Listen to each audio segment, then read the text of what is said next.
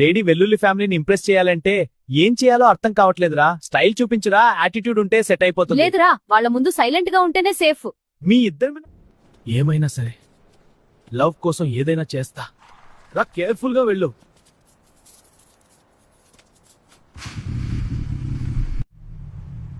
ఆమె ఫ్యామిలీని ఇంప్రెస్ చేయాలి అంటే నిజంగా గుడ్ పర్సన్ గా ప్రూవ్ చేయాలి.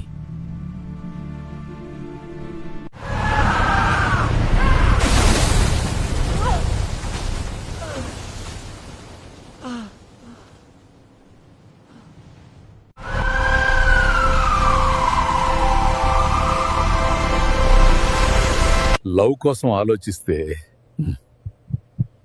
ఇక్కడికి చేరిపోయాను. ఇంత ఎందుకు చేశావు? నువ్వు సేఫ్ గా ఉంటే చాలు.